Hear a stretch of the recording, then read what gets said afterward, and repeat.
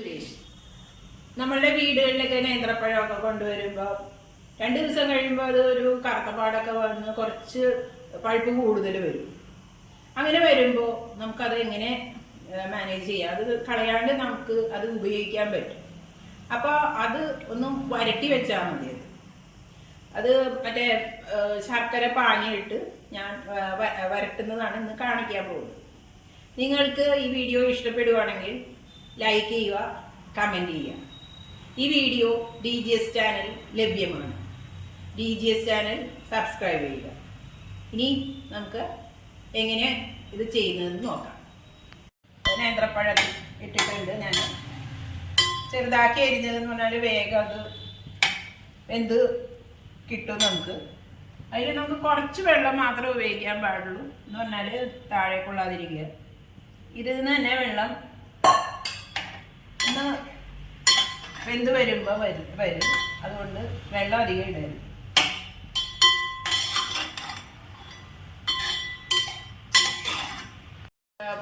വെന്ത് വന്നിട്ടുണ്ട്. കുറച്ച് ഉടച്ചാൽ മതി, ബാക്കിയെല്ലാം വെന്ത് ശരിയായിട്ടിരിക്കലാണ്. അതിൻ്റെ കൂടെ ഇടയ്ക്ക് നെയ്യ് ഒഴിച്ച് കൊടുക്കണം.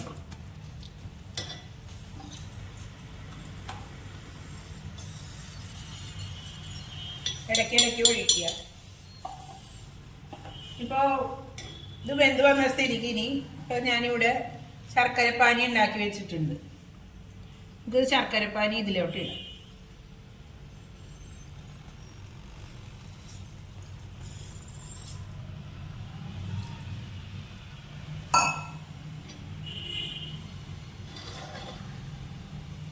ഗ്യാസ് സിമ്മിലിടണം.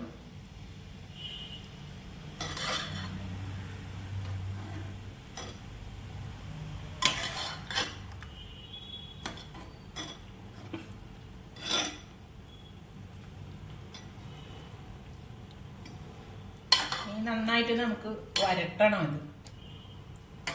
അത് പാവ് വെള്ളം ഇപ്പോൾ പറ്റി വരുമ്പോൾ കുറേശ്ശെ നെയ്യിട്ട് വരട്ടണം.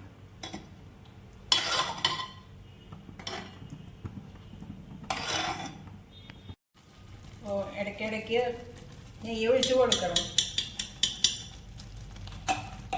നെയ്യ് ഒഴിച്ച് കൊടുത്താലെങ്കിൽ താഴെ കൊള്ളും.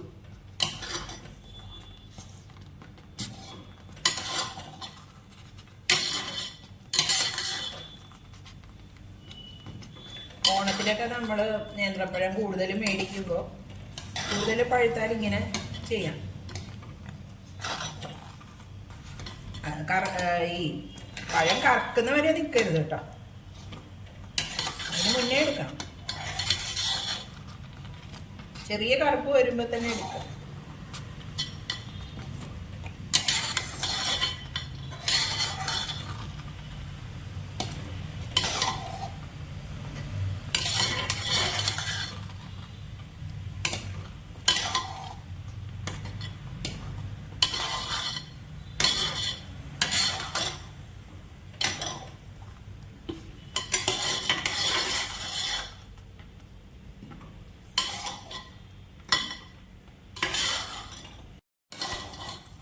വെള്ളമല്ല, പാവ്.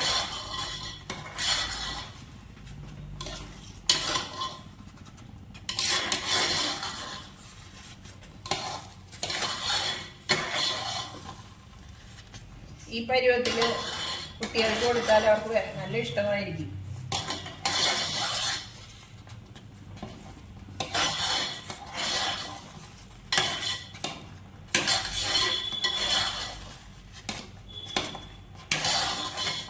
തയ്യാറായി. ഇതിലും നമ്മൾ വരട്ടിയാൽ കല്ല് പോലെ ആകും. അപ്പം നമുക്ക് ഇതുകൊണ്ട് വേറെ ഒന്നും ഉണ്ടാക്കാൻ പറ്റില്ല. ഇതാണ് പരുവ.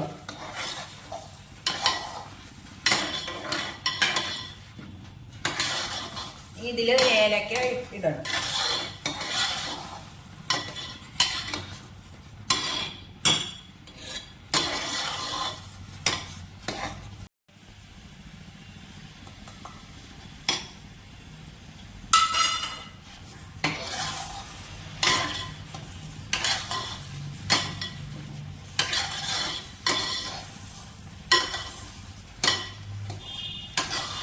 നമുക്ക് ബ്രെഡിൻ്റെ ഒപ്പം കുട്ടികൾക്ക് ജാമിന് പകരം ബ്രെഡും ജാമും എന്നുള്ളതിന് പകരം ജാമ് പരത്തുന്നതിന് പകരം ഇത് പരത്തി കൊടുക്കാം.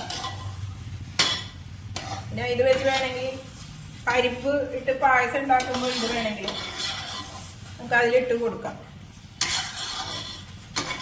വെറുതെ വേണമെങ്കിൽ തിന്നാം. കുട്ടികൾക്ക് വെറുതെ തിന്നാനായിരിക്കും ഇഷ്ടം.